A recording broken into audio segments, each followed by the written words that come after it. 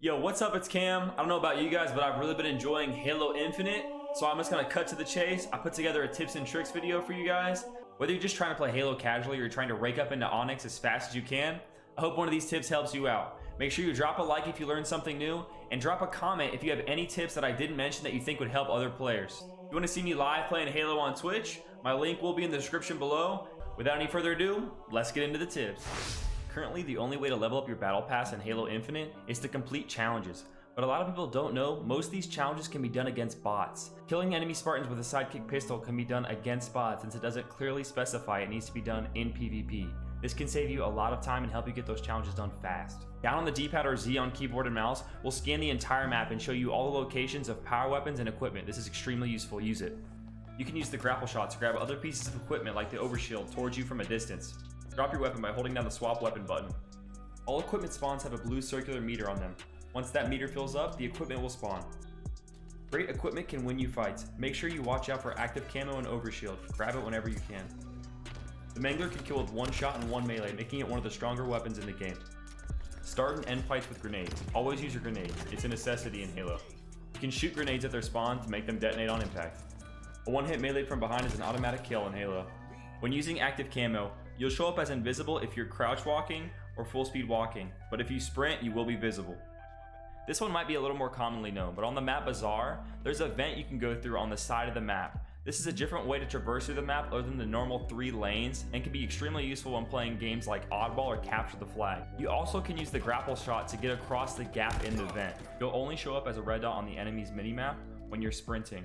This will also be indicated by a blue arrow in the center of the minimap. If there's no blue arrow in the center of the minimap, that means you're not showing up as a red dot for the enemies. This one might be seen as a little bit cheesy.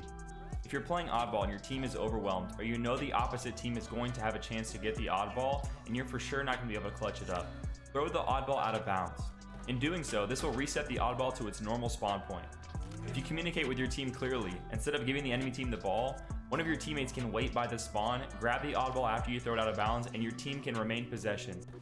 Hands down, the Skier is one of my favorite guns in the game. It's a sniper rocket launcher hybrid that can take down any vehicle or any Spartan with just one hit. Absolutely crazy, make sure you use it. Don't worry about shooting the panels of enemy equipment shields. Just shoot the metal part at the bottom and it'll take down the whole shield. If you have the repulsor as your equipment, jump, look at the ground, and then use the repulsor. This will let you jump a lot higher, allowing you to reach high spaces you couldn't reach with one jump before.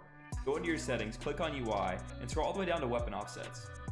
Then copy the percentages that I'm using here, and your gun will take up a lot less of your screen, staying in the UI settings. You also can change the color of friendly Spartans, your enemies, and your fire team to your liking. Like in many other first-person shooters, swapping your weapons is always faster than reloading. There's a technique you can use to run with the flag a little bit faster. You've probably seen this in your lobbies already. What you want to do is sprint, jump, throw the flag, land, catch the flag, and then repeat. This is going to allow you to travel faster with the flag and get you those juicy captures. Halo's different than other shooters in that you don't always want to be overly aggressive. It's almost always beneficial to wait until you get that shield regen to then push into a fight. This will give you a lot better chances at winning. Make sure you go into your video sensory settings and personalize it how you want. For me, I really can't stand motion blur, and just turning that off alone helped my gameplay. If you're struggling or just want to learn a weapon a little better, take the time to go into the academy and do some weapon drills for that respective weapon. It's definitely worth the time investment to get better with that gun you rarely use. Or maybe you just want to perfect your skills with your favorite gun. Either way, it's going to help you. There is no multiplier for headshots in Halo when hitting a shielded enemy. This conventionally makes the BR a 5 burst kill, 4 to take down the shields and 1 to finish the enemy off. However, an enemy Spartan's shields are knocked down before the completion of the 4th burst. So if you aim for a headshot with that 4th burst, there'll be a small window where the enemy has no shields and you can hit a headshot with that 4th burst, making the time to kill for this gun extremely quicker. Make sure you aim for headshots with the 4th burst of the BR. If you're headed into Ranked Arena to sweat out and get to Onyx, you can change crossplay to be on or off, and you can also change between a squad queue and a solo/duo queue. As long as it's not on the post, you can grapple shot your or the enemy's flag. Obviously there's some exceptions, but a lot of the wall guns are extremely powerful. Don't put yourself in a box and only use the weapons that you get at the start of the match. If you start to try out the wall guns and different weapons that spawn on the map, you'll soon realize how powerful they are. Use them. There's a pretty cheesy oddball spot on the map Streets. If you grab the ball and are able to get behind the desk in the corner room, camp out as long as you can. It's extremely hard for enemies to get to you here, and if you have a deployable shield, this spot's just stupid, I'm gonna be honest with you. I've won a lot of oddball games just chilling here. And for the last tip, just have fun. Haloinfinite is a super refreshing game. Whether you're sweating out of your mind to hit Onyx and Ranked, or you're just trying to hop on and play a couple of games of quick play when you get home from work, just enjoy yourself. Halo somehow manages to capture a casual and competitive feel at the same time.